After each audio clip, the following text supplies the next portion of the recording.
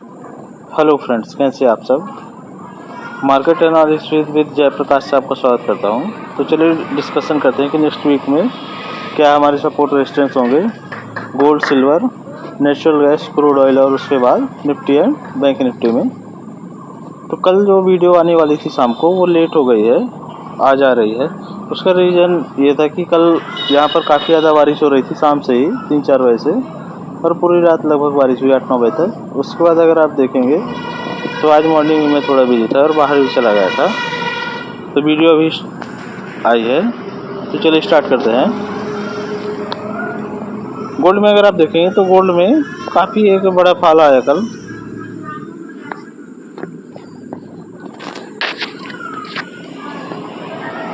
जो हमने गोल्ड में बाइंग स्टार्ट की थी 71,000 के आसपास से, उसके बाद अगर आप देखेंगे तो गोल्ड ने एक हाई बनाया 72,855 के 860 के आसपास का। तो यहाँ पर एक हाई बनाने के बाद जो मार्केट में थोड़ा सा स्टेन कर रहा था, ये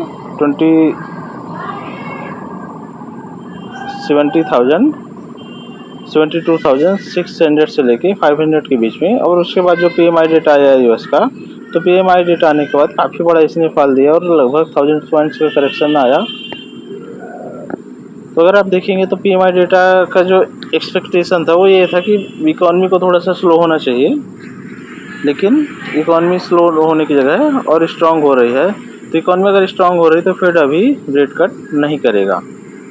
तो अगर आप देखेंगे तो अब जो नेक्स्ट जो मूव बनता है, तो गोल्ड यहाँ से खासकर MCX में अगर आप देखेंगे तो MCX में जो फर्स्ट सपोर्ट अब मिल रहा है 70,300 के आसपास का, और फिर उसके बाद जो अपसाइड का रेजिस्टेंस है 72,338 का।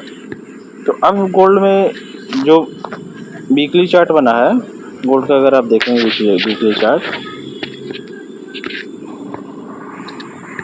तो गोल्ड में एक निगेटिव पैटर्न नहीं बना है। लेकिन अगर आप देखेंगे तो यहाँ पर भी वीकली चार्ट में एक निगेटिव पैटर्न बना था, उसके बाद फिर से गोल्ड ने अपसाइड मूव दिया था।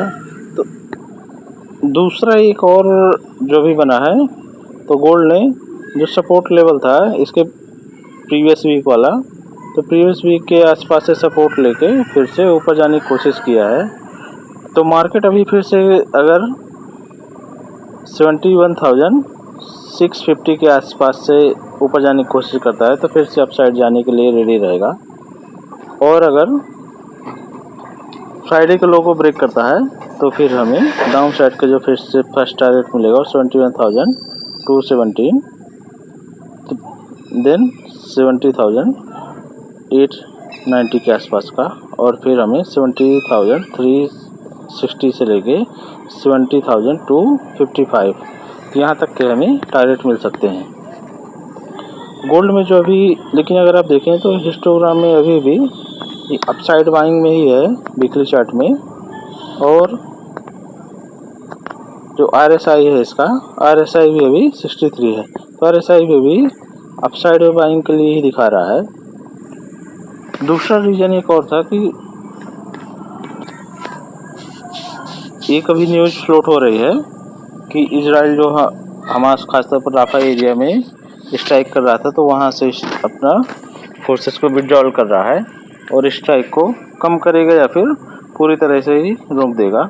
तो जो कि जियोपॉलिटिकल टेंशन ईज होने के कारण मार्केट के लिए पॉजिटिव है और थोड़ा सा निगेटिव है खासतौर पर बुलियन के लिए, जिसमें गोल्ड में काफ़ी ज़्यादा बेरिश आया है। कल भी अगर आप देखें तो कल भी काफ़ी ज़्यादा एक बड़ा फॉल आया है 1000 पॉइंट्स के आसपास। तो नेक्स्ट वीक के लिए आपको जैसे ही मार्केट फिर से 71,740 के आसपास ऊपर जाता है तो फिर से नेक्स्ट टारगेट हमें 72,588, देन 73,430, देन 73,960 यहाँ तक के भी हमें टारगेट मिल सकते हैं। डाउन साइड में अगर आप देखें, डाउन साइड में जैसे ही फ्राइडे के लो को ब्रेक करेगा तो फिर हमें जो फर्स्ट लेवल मिलेगा वो मिलेगा 71,217 से लेके 70,800, 73,400, 70,400, 70,003 और देन 69,007, 60 से लेके 90 के बीच में। तो यहाँ तक के हमें टारगेट मिल सकते हैं। जैसे कि अगर आप देखें तो वीकली चार्ट में अभी भी बहुत ज़्यादा बुलिशनेस या फिर बेयरिशनेस नहीं दिख रही है, तो मार्केट फिर से भी रेंज बाउंड ही रह सकता है और इसी रेंज के आसपास ये मूव करने की कोशिश करेगा। क्योंकि अभी मार्केट का डिस्कशन हम पूरा वीकली कर रहे हैं, तो वीकली चार्ट को ही आप प्रीफर करिए। अभी 15 मिनट्स के चार्ट में अगर आप देखेंगे तो 15 मिनट्स के चार्ट में काफ़ी ज़्यादा नेगेटिव है, लेकिन अगर इसी चार्ट को वीकली कन्वर्ट करेंगे तो वीकली में भी अभी थोड़ा सा नेगेटिव है, लेकिन सपोर्ट पर भी है। डेली चार्ट में अगर आप देखेंगे तो डेली चार्ट में काफ़ी बड़ी इंगल्फिंग एक कैंडल बनी है। तो अगर जैसे ही ये लो ब्रेक करेगा तो फिर हमें डाउन साइड के मूव मिलेंगे। अगर ये फिर से ऊपर जाने की कोशिश करता है तो हमारा जो नेक्स्ट रेजिस्टेंस होगा वो 72,300 के आसपास का होगा। तो यहाँ तक के भी हमें आप मूव मिल सकते हैं। तो चलिए इसके बाद स्टार्ट करते हैं।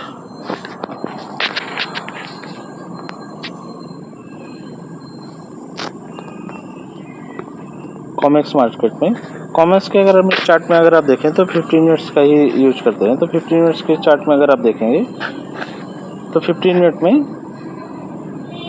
ये सस्टेन कर रहा था 2360 के आसपास, और जैसे ही PMI डेटा नेगेटिव आया तो फिर ये से डाउन हो गया। तो अब जो नेक्स्ट जो मूव बन रहा है वो अगर इस लेवल को ब्रेक करता है तो फिर जो हमें 2316 के लेवल को ब्रेक करता है तो फिर हमें नेक्स्ट जो सपोर्ट मिल रहा है 2310 देन 2296। तो यहाँ 2310 से लेके 2296 के आसपास यहाँ पर एक रिकवरी आ जाएगी या फिर यहाँ से ही पूरा रिवर्स हो जाएगा और फिर से हमें अपसाइड के टारगेट मिल जाएंगे। तो गोल्ड में अगर आप देखें तो गोल्ड में अभी दोनों साइड के मूव पॉसिबल हैं। अगर ये ऊपर जाने की कोशिश करते फिर 2344 देन 2351, तो 2351 तक के हमें अप साइड मूव भी मिल सकते हैं। डाउन में अगर आप देखें तो डाउन साइड में आपको 2296 से लेके 2285 यहाँ तक के टारगेट नेक्स्ट वीक मिल सकते हैं। तो चलिए अब स्टार्ट करते हैं सिल्वर का अगर आप देखें तो सिल्वर में भी 15 मिनट्स चार्ट में सेम सिचुएशन थी कि यहाँ से इसने काफ़ी बड़ा एक फॉल दिया 30.54 से लेके डाउन जाते गए और उसके बाद यहाँ तक काफ़ी बड़ा एक फॉल दिया। क्योंकि डेटा नेगेटिव आया था, तो डेटा नेगेटिव आने के बाद ये काफ़ी शार्प फॉल आया और शार्प फॉल में उसने काफ़ी ज़्यादा डाउन साइड का मूव दिया। क्योंकि मैक्सिमम जो ट्रेडर थे हमने भी बाइंग पोजीशन को होल्ड की थी। बाइंग पोजीशन होल्ड करने के बाद अगर आप देखें तो काफ़ी ज़्यादा भी नेगेटिव हुआ है मार्केट। तो नेक्स्ट अगर आप देखें तो सिल्वर में भी अपसाइड के लिए अगर जाता था फिर से हमें 13.17 के आसपास और डाउन साइड में 28.89 के आसपास जा सकता है। दोनों साइड के लेवल्स मेंशन रहेंगे और मोस्ट प्रोबेबली ये फिर से डबल बॉटम बनाने के आसपास जाएगा और अगर आप साइड जाता है तो फिर से रेजिस्टेंस लेगा 30.20 के आसपास। तो दोनों लेवल्स अभी पॉसिबल हो सकते हैं क्योंकि शार्प फॉल है तो एक बाउंस भी आ सकता है और बाउंस आने के बाद हो सकता है फिर से डाउन जाने की कोशिश करें। MCX के लेवल में अगर आप देखेंगे तो MCX में इसने जो हाई बनाया वो हाई बनाया 91,850 का और फिर यहाँ से इसने PMI डेटा के बाद 91,300 के 400 के आसपास से फिर इसने काफ़ी बड़ा फॉल दिया। लेकिन अगर MCX के चार्ट में देखें तो अभी कोई सेल सिग्नल नहीं बना और क्लोजिंग भी एक सपोर्ट के आसपास ही हुई है। तो यहाँ से फिर से हम एक बाउंस दे सकते हैं और फिर से मार्केट अपसाइड जाने की भी कोशिश कर सकता है। सिल्वर का अगर आप वीकली चार्ट देखेंगे तो वीकली चार्ट में सिल्वर ने एक अभी भी पॉजिटिव कैंडल ही बनाया है और यहाँ से अगर ये ऊपर जाने की कोशिश करता है तो फिर से हमें 89,900 देन 93,000 तक के भी टारगेट ओपन है। तो भले ही डेली कैंडल में अगर आप देखेंगे या फिर कल के जो मार्केट था वो काफ़ी बड़ा फॉल आया, लेकिन फिर भी अभी वीकली चार्ट पॉजिटिव ही हैं। और मार्केट अगर आप देखेंगे तो वीकली चार्ट में फ्लैग एंड पोल का पैटर्न एक बना रहा है, काफ़ी बड़ा एक अपसाइड मूव आया। अगर मैं इसको हाइड कर दूं तो यहाँ पर अगर देखें तो एक फ्लैग एंड पोल का पैटर्न बना रहा है यहाँ से, क्योंकि ये फ्लैग एंड पोल में ही काफ़ी चला था। ये देखिए यहाँ से एक मूव आया था 72,000 के आसपास और फिर 96,000 तक मूव गया और उसके बाद एक रिट्रेसमेंट के रूप में है। तो रिट्रेसमेंट अभी अगर आप देखें तो ये भी सपोर्ट के आसपास ही है और फिर से अगर ऊपर जाने की कोशिश करता तो फिर से ऊपर जा सकता है। तो बहुत ज़्यादा भी सभी नहीं रहना है। दूसरा रीज़न ये भी है कि अगर आप देखेंगे तो यूएस मार्केट के एक काफ़ी ज़्यादा जो ख़राब बात भी है, यूएस मार्केट वाले एक दिन में बेरिश और नेक्स्ट डे बुलिश भी हो जाते हैं। तो एक ही डेटा आने के बाद वो इतना ज़्यादा बुलिश हो जाएंगे कि मार्केट पूरी तरह रॉकेट बन जाएगा और नेक्स्ट डेटा आने के बाद पूरी तरह वाटरफॉल के रूप में जाएगा। तो यूएस मार्केट में ये सारी चीज़ें चलती रहती हैं और वो डेटा के लिए खेलते हैं। लेकिन अगर आप देखें तो काफ़ी ज़्यादा सपोर्ट के आसपास ही है। तो सपोर्ट से यहाँ से हमें फिर से सिल्वर में अपसाइड का मूव मिल सकता है। तो लेवल्स आप नोट डाउन कर सकते हैं। तो चलिए स्टार्ट करते हैं इसके बाद कॉपर में। कॉपर का भी अगर आप देखेंगे तो कॉपर ने भी हमने यहाँ पर बाई किया था 854 के आसपास और फिर इसने जो हाई बनाया 863 और फिर से वहाँ से डाउन काफ़ी ज़्यादा एक नेगेटिव कैंडल आई। तो अब जो सपोर्ट मिल रहा है वो 841 देन 230 देन 227। तो यहाँ तक के हमें डाउन साइड में टारगेट मिल सकते हैं। अप साइड का अगर आप देखेंगे तो अप साइड में फिर से लेवल्स आपके सेम ही रहेंगे। अगर ये फिर से 854 को ब्रेक करता है तो फिर से 868 देन 877 देन 893 यहाँ तक के हमें डाउन अप साइड में टारगेट मिल सकते हैं। डाउन साइड के भी आप लेवल्स नोट डाउन कर सकते हैं। तो चलिए अब स्टार्ट करते हैं क्रूड ऑयल में। क्रूड ऑयल में अगर आप देखेंगे तो कल काफ़ी एक प्रॉफिट बुकिंग का ही जैसा माहौल था। अब लेकिन एक जो सबसे बड़ी दिक्कत दिख रही थी कि क्रूड ऑयल क्यों गिरा, क्योंकि इकॉनमी तो स्ट्रांग थी। तो क्रूड ऑयल में अब जो रेजिस्टेंस का एरिया है वो उससे 82.13 से इसने रेजिस्टेंस फेस किया पिवट पॉइंट के एरिया से और उसके बाद ये डाउन साइड जाने की ही कोशिश कर रहा है। तो डाउन मूवमेंट में अगर आप देखेंगे डाउन साइड जैसे ही ये लो को ब्रेक करेगा तो फिर से और डाउन मूव जाएगा। WTI की आप लेवल्स नोट डाउन कर सकते हैं। तो चलिए स्टार्ट करते हैं MCX में। MCX में अगर आप देखेंगे तो MCX में इसने हाई बनाया 6839 के आसपास का और अभी डाउन ही जा रहा है। तो जैसे ही ये लेवल को ब्रेक करेगा 6730 तो फिर हमें जो फर्स्ट सपोर्ट मिलेगा वो 6720 से लेके 6700।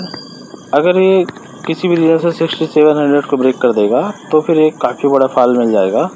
तो फिर हम उसके लिए जो नेक्स्ट लेवल देखें 6655 6604 देन 6584 से लेके 6541 तो हमें यहाँ तक की टारगेट मिल सकते हैं। और पूरे वीक के लिए है तो वीक के लिए अगर आप लेवल से नोट डाउन करेंगे तो 6438 देन 6336 तो और जो उसके बाद टारगेट हमें मिलेगा 6313। तो यहाँ से अगर आप देखेंगे तो 6340 से लेके 6280 तो यहाँ तक के बीच में काफ़ी एक 70 के बीच में काफ़ी एक बड़ा सपोर्ट है। तो यहाँ से फिर से रिवर्सल आ सकता है। अप साइड के लिए अगर आप देखें तो अप साइड में जैसे ही फिर से प्रीवियस हाई को ब्रेक करेगा तो फिर हमें अप साइड के लिए देखेंगे तो 6871 then 6989 then 7051 then 7139 and 7152। Maximum जो टारगेट मिलेंगे हमें वहाँ 7150 के मिलेंगे। तो यहाँ तक के हम टारगेट मिल सकते हैं। तो लेवल्स को आप नोट डाउन करके या फिर स्क्रीनशॉट भी ले सकते हैं। उसके बाद स्टार्ट करते हैं नेचुरल गैस। नेचुरल गैस में अगर आप देखें तो हमने जो सेल ट्रेड लिया था तो काफ़ी अच्छा निकला।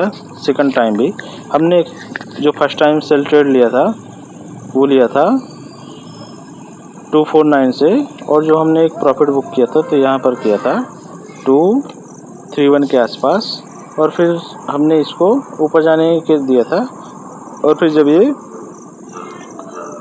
239 के लेवल को ब्रेक किया था तो फिर से सेल ट्रेड इनिशिएट किया था, और जो हमारा एसएल था वो 246।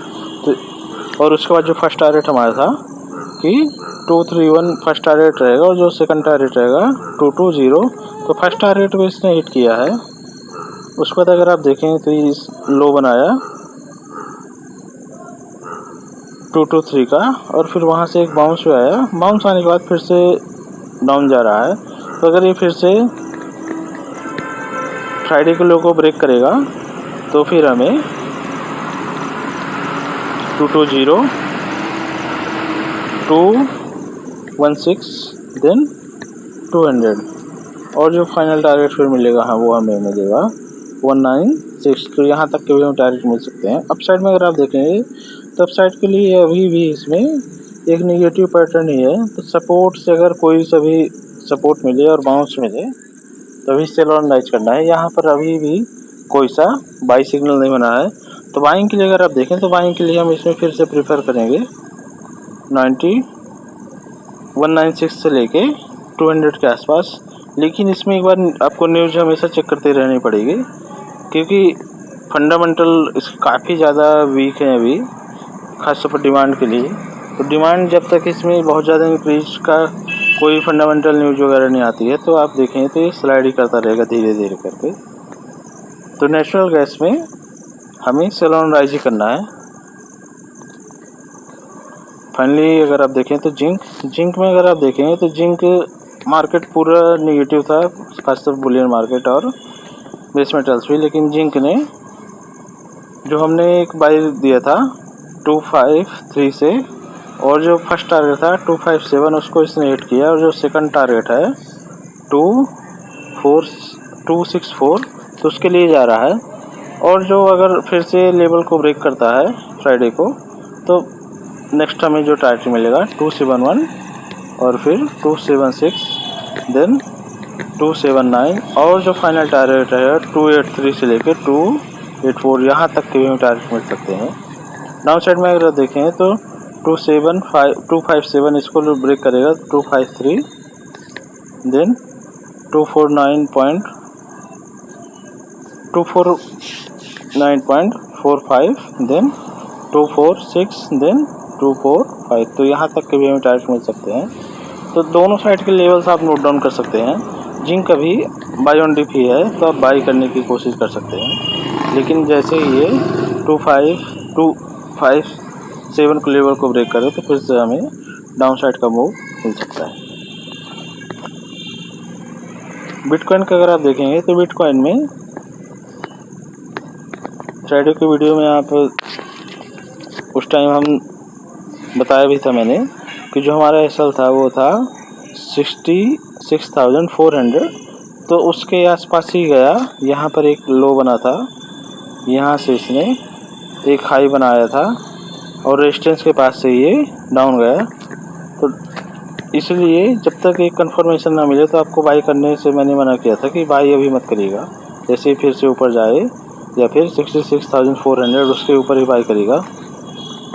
तो अब जो नेक्स्ट लेवल मिल रहा है वो अगर 65,900, या तो फिर आप सेफली 66,400 को फिर से एक ब्रेक हो जाने दीजिए, तभी हम इसमें बाइंग करेंगे। और जो हमारे नेक्स्ट टारगेट होंगे वो होंगे 68,600 देन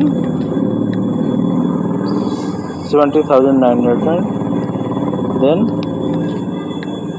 73,000, देन 74,300, और जो फाइनल टारगेट रहेगा वो 74,800 से लेके 75,300 यहाँ तक के हमें टारगेट मिल सकते हैं। डाउन साइड में अगर आप देखें तो डाउन साइड में अभी भी इसमें निगेटिव दिख रहा है। तो जैसे ही फिर से ये 63,300 को लेवल को ब्रेक करेगा तो फिर हमें जो नेक्स्ट टारगेट मिलेगा 61,700, 59,400, देन 57,600, और देन 55,750, और फिर से ले 55,300। अगर आप देखें तो मैं 10-20 पॉइंट्स के लेवल को इसलिए इग्नोर कर रहा हूँ अप साइड और डाउन साइड में, क्योंकि मार्केट क्या करता है कि बहुत बड़े सपोर्ट और रेजिस्टेंस के 10-20 पॉइंट पहले ही रिवर्स हो जाता है। तो आप जो टारगेट रखिए 10-20 पॉइंट मार्जिन लेकर हमेशा चलिए। ये सभी चीज़ों के लिए अप्लाई होता है। तो आप कोई सभी फिक्स टारगेट लेवल्स के पास कभी मत रखिए, उससे 2-3 पॉइंट्स आप ये डाउन में ज़रूर रखिए, क्योंकि मार्केट क्या करता है राउंड नंबर से फिर एग्जैक्ट टारगेट के आसपास पहले से ही रिवर्स हो जाता है ट्रैप करने के लिए। क्योंकि अगर आप सेम चीज़ का ऑर्डर लगाएंगे तो हो सकता है कई बार वो हिट ना करके ऊपर से ही निकल जाए। तो चलिए हम स्टार्ट करते हैं डिस्कशन निफ्टी और बैंक निफ्टी का। निफ्टी में अगर आप देखेंगे तो निफ्टी ने लगभग जो 9 से 10 दिन का एक खासतौर से जो रिजल्ट्स वाले डे थे उसके बाद से मार्केट ने काफ़ी ज़्यादा अपसाइड बना के धीरे धीरे करके अब ऊपर जाने की कोशिश कर रहा था, और उस रेंज को ब्रेक करने की कोशिश कर रहा है खासतौर पर जो सपोर्ट एरिया है, और थोड़ा सा निगेटिव पैटर्न भी बना रहा है। निफ्टी का अगर आप देखेंगे खासतौर पर डेली चार्ट्स में, डेली चार्ट से स्टार्ट करते हैं, उससे आपको ज़्यादा क्लियर व्यू आएगा। तो निफ्टी कर क्या रहा था कि निफ्टी गैप अप ओपन होता है, उसके बाद मार्केट में सेलिंग आती है और फिर थोड़ा सा बाउंस देके नेगेटिव क्लोज होता है। देन नेक्स्ट डे फिर से गैप अप, फिर से सेलिंग, फिर थोड़ा कंसोलिडेट और फिर अपसाइड मूवमेंट। तो निफ्टी में आप जितनी भी कैंडल्स देखें सभी नेगेटिव है। उसका रीज़न यही है, सबसे बड़ा मेन रीज़न ये है कि यहाँ पर जितने भी बड़े प्लेयर्स हैं वो यहाँ पर फंसा रहे हैं। जितने भी रिटेलर्स हैं 200-300 पॉइंट्स की रेंज में मार्केट में किया क्या जा रहा है कि मार्केट को थोड़ा थोड़ा अपसाइड करके यहाँ पर अगर आप देखेंगे तो गैप अप होने का रीज़न ही यही है कि बड़े प्लेयर्स ने ऊपर साइड के पोजीशन बनाई और फिर मार्केट को गैप अप ओपन कर दिया। गैप अप ओपन होने के बाद क्योंकि सभी को ये लगता है कि मार्केट पॉजिटिविटी है, तो पॉजिटिविटी होने के बाद बाइंग करते हैं, और बाइंग होने के बाद मार्केट में एक सेलिंग आ जाती है। बड़े प्लेयर्स उसमें सेल कर देते हैं, लेकिन बहुत ज़्यादा सेलिंग इसलिए नहीं आती है क्योंकि बाइंग भी होती है। तो और उनका रीज़न भी ये है कि अगर मार्केट में निगेटिव ज़्यादा रहेगा तो वहाँ पर खासतौर पर इस लेवल पर बाइंग करने से रिटेलर्स डर जाएंगे, ज़्यादा सेलिंग आएगी। तो मार्केट अभी 5-7-10 दिन से अगर आप देखें तो कंटिन्यूसली डाउन, अगर अप साइड देखेंगे तो 400 से लेके 300 पॉइंट्स 350 पॉइंट्स के बीच में ही गया। लेकिन मार्केट कर क्या रहा था कि एक ट्रैप के रूप में कर रहा है कि डेली 100 पॉइंट्स के आसपास का गैप अप ओपन होगा, फिर पूरा न्यूट्रल जाएगा, देन वहाँ से एक थोड़ा सा अप मूव देगा और 50 से लेके 60 पॉइंट्स डाउन में क्लोज होगा। तो नेट टू नेट मार्केट कर क्या रहा है, खासतौर पर गैप अप ओपन होने के बाद डाउन नहीं जा रहा है, लेकिन आपको जो मूवमेंट दिखा है वो अप साइड ही दिखेगा। तो मार्केट ने किया क्या फ्राइडे को कि काफ़ी बड़ी सेलिंग आई, और ख़ासतौर पर जो 15 मिनट्स के चार्ट में अगर आप देखेंगे तो मार्केट में जो सेकंड राउंड की सेलिंग आई, मार्केट ने गैप अप ओपन हुआ, उसके बाद से सेलिंग आई और फिर मार्केट में शार्प अपसाइड मूव भी आया और फिर से सेलिंग आई। जो सेकंड टाइम की जो सेलिंग आई और ख़ासतौर पर क्लोजिंग के टाइम भी, तो ये सेलिंग काफ़ी ज़्यादा नेगेटिव थी। और मार्केट में एक अगर आप देखेंगे तो सेलिंग स्टार्ट हो गई है खासतौर पर अपसाइड लेवल में। तो अब जो हमें करना क्या है, उसके 2-3 रीजन्स भी हैं। रीजन्स में अगर आप देखेंगे तो बजट के पहले काफ़ी ज़्यादा मार्केट में न्यूज़ हमेशा चलती रहती हैं कि इस टैक्स में खासतौर पर LTCG से लेके और जो FNO में चल रहा है कि 35% तक का टैक्स खासतौर उसको गैम्बलिंग के रूप में ट्रीट किया जा सकता है, या फिर जो 30% TDX आपका कटेगा। तो ये सारी न्यूज़ें मार्केट में एक बार फैलाई जाती हैं। तो गवर्नमेंट करती क्या है कि गवर्नमेंट खासतौर पर खुद ही इन सारी न्यूज़ को फैलने देती है, क्योंकि उससे मार्केट के जितने भी पार्टिसिपेंट्स हैं तो गवर्नमेंट को ये पता चलता है कि पार्टिसिपेंट्स क्या रहा है। और गवर्नमेंट को तो टैक्स चाहिए। अगर गवर्नमेंट को टैक्स मिल रहा है और ख़ासतौर पर कोई मना भी नहीं कर रहा है, मना कैसे नहीं कर रहा कि मान लीजिए कि अगर ये न्यूज़ चल रही है कि 30% हम टैक्स बढ़ा देंगे या 35% टैक्स कर देंगे, गैम्बलिंग के रूप में ट्रीट करेंगे, तो FNO ट्रेडर्स में अगर कोई भी रिएक्शन नहीं देते हैं या फिर मार्केट के जो बड़े पार्टिसिपेंट्स हैं वो इस चीज़ के लिए कुछ भी नहीं बोलते हैं, तो गवर्नमेंट ईजिली उसको रूल को अप्लाई कर सकती है। और अगर मार्केट में ज़्यादा खासतौर पर इस बात के लिए हो हल्ला होता है तो फिर गवर्नमेंट हो सकता है कि ये सारी रूल्स को लाए ही ना, क्योंकि करंट गवर्नमेंट की जो सिचुएशन है उसमें अगर आप देखेंगे तो मार्केट को गवर्नमेंट बहुत ज़्यादा अनस्टेबल नहीं करेगी, क्योंकि ये सारी चीज़ें अगर हो जाएंगी तो मार्केट बहुत ज़्यादा अनस्टेबल हो जाएगा। तो लेवल्स आप नोट डाउन कर सकते हैं। जैसे ही मार्केट अभी फ्राइडे को लो को ब्रेक करेगा 23,450 खासतौर पर जो क्लोजिंग वाला प्राइस है, इस लेवल को ब्रेक करने के बाद 23,330 से लेके 23,290 और फिर 23,130, 22,89 और फिर 22,950। तो जो मैक्सिमम टारगेट हमें मिल रहा है वो हमें आना चाहिए। मैक्सिमम भी आप मान सकते हैं, फिर मिनिमम भी 500 to 6 पॉइंट्स का हमें टारगेट मिल सकता है। तो 23,000 से लेके 22,900, तो यहाँ तक के हमें टारगेट मिल सकते हैं नेक्स्ट वीक में डाउन साइड के लिए। तो डाउन सेल ऑन राइज ये भी करना है निफ्टी और बैंक निफ्टी में। अप साइड के लिए अगर आप देखें तो अप साइड में अगर ये ऊपर जाने की कोशिश भी करता है तो फिर से अगर आप देखें तो अप साइड का रेजिस्टेंस 23,700, 23,777, तो अप साइड के रेजिस्टेंस को भी आप नोट डाउन कर सकते हैं। लेकिन मुझे नहीं लगता कि बहुत ज़्यादा मार्केट में अप साइड मूव आएगा। अगर आता है तो कोई ना कोई पॉजिटिव न्यूज़ चाहिए। पॉजिटिव न्यूज़ आने के बाद आप अप साइड के लिए देख सकते हैं। और अप साइड के लेवल्स आपको मिलेंगे 22,777, 24,000, 125, 28, 24,311 और फिर 24,574। यहाँ तक के भी टारगेट मिल सकते हैं। तो लेवल्स आप नोट डाउन करें, लेकिन मैक्सिमम जो चांसेस अभी मार्केट के डाउन जाने के हैं। बैंक निफ्टी में अगर आप देखें तो बैंक निफ्टी भी सपोर्ट लिया, गैप अप ओपन हुआ, देन फिर सपोर्ट लिया और उसके बाद मार्केट में अपसाइड मूव आया। तो यहाँ पर अगर आप देखें तो बैंक निफ्टी फिर से अगर 51,200 इस लेवल को ब्रेक करता है तो फिर हम इसमें सेलिंग पोजीशन इनिशिएट कर सकते हैं और कंफर्मेशन भी मिलेगा।